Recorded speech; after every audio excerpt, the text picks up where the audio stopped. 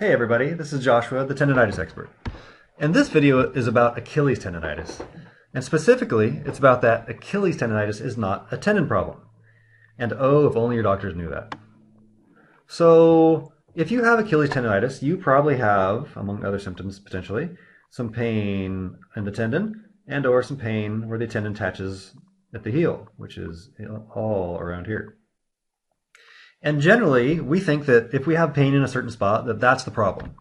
And sometimes that's the case, but mostly that's not the case. So your doctor also thinks that where you hurt is the problem. So if you go see a doctor and you say, hey, I have tendon pain, you'll probably get a diagnosis of tendonitis, and you'll get all sorts of prescriptions and conversation around that spot is the problem. But it's not. Let's talk about that. So again, your doctor thinks that you hurt right here, and therefore your problem is right there. They're going to think about inflammation, they're going to think about some micro tears maybe, but what they really don't ask is why is there pain there? What is making it hurt? And you should know that pain doesn't just show up for no reason. Pain shows up because there are specific reasons that cause that pain to show up right there in that spot. So what Achilles tendonitis actually is a dynamic. And it's a dynamic that's made up of multiple factors. Specifically, we'll say 3 factors. First is muscle and connective tissue tightness. The second is inflammation process. And the third is nutritional insufficiency. So those are 3 primary factors that make up the tendonitis dynamic. And this is how they cause pain at this spot right here.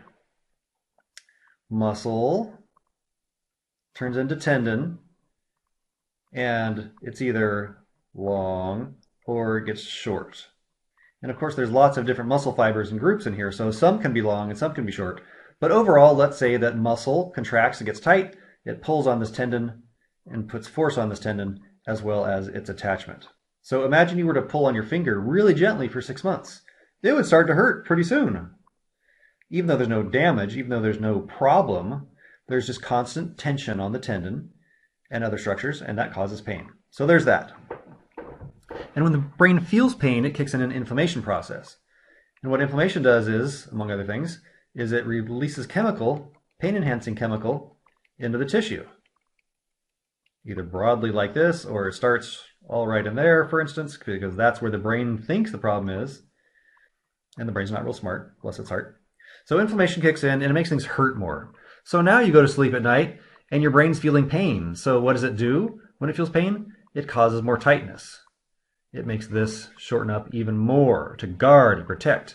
Unfortunately, that puts more pull this way on the structures, and that causes more irritation, and that causes more inflammation. So you can see that the muscle and connective tissue tightness kind of feed on each other. The tighter it gets, the more pain there is, the more inflammation kicks in, the more it hurts. The more muscles get tight to guard and protect against that pain. I should also say that when muscle gets short and tight, the connective tissue shrink wraps it. So now this is the new functional distance that muscle can contract and relax. Sorry, just relax. It can't expand farther this way because now it's stuck. It's tightly wrapped in saran wrap. So point being, you get tight, you get tighter, you get tighter, you get tighter, and you stay tight. You have to help yourself go back that direction because by default, it's all downhill. And nutritional insufficiency. So nutritional insufficiency is a big factor for everybody. Even if you think you have a refrigerator full of food and therefore you're nutritionally sufficient, that's not necessarily the case. So specifically, muscles require magnesium, calcium to fire, and magnesium to stop firing. When muscles are tight for long periods of time, they use up more and more magnesium, and then you get shorter and shorter on magnesium, and then you have less magnesium available. And then you get tight and stay tight. You go to sleep at night or get in the hot tub and you can't relax past the new normal. You've been tight for a long time. The brain goes, hey, that's how it's been. It must be normal. So it sets that to the new tone. So it's not going to just relax past that tone. So again, you get more and more and more tight. Connective tissue shrink wraps. So you're stuck. Inflammation kicks in, making the neuroreceptors on edge, makes everything hurt, which makes things more tight. And that uses up more nutrition. So then you see that nutritional insufficiency causes tightness. And by the way, inflammation eats up vitamin B6.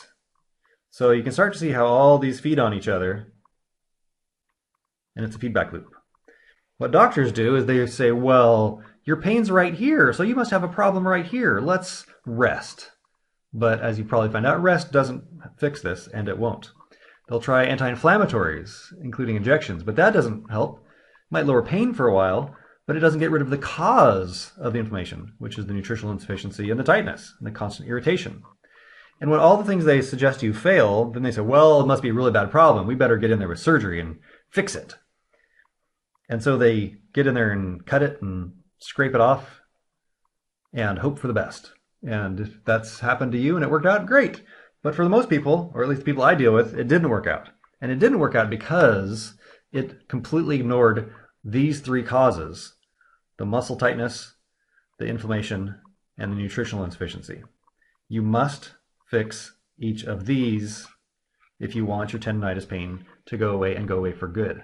It's one thing to just lower pain levels, but it's another to get rid of the causes of the pain, and that's what you want if you're looking for a fix. So, I hope I've showed that Achilles tendonitis is not a tendon problem. It's a problem of a bigger dynamic, and you just end up feeling it in one particular spot, or more spots.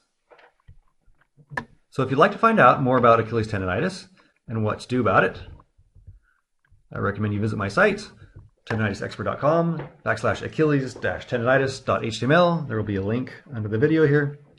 And find out more information, find out why it's happening, why it stays, and what to do about it.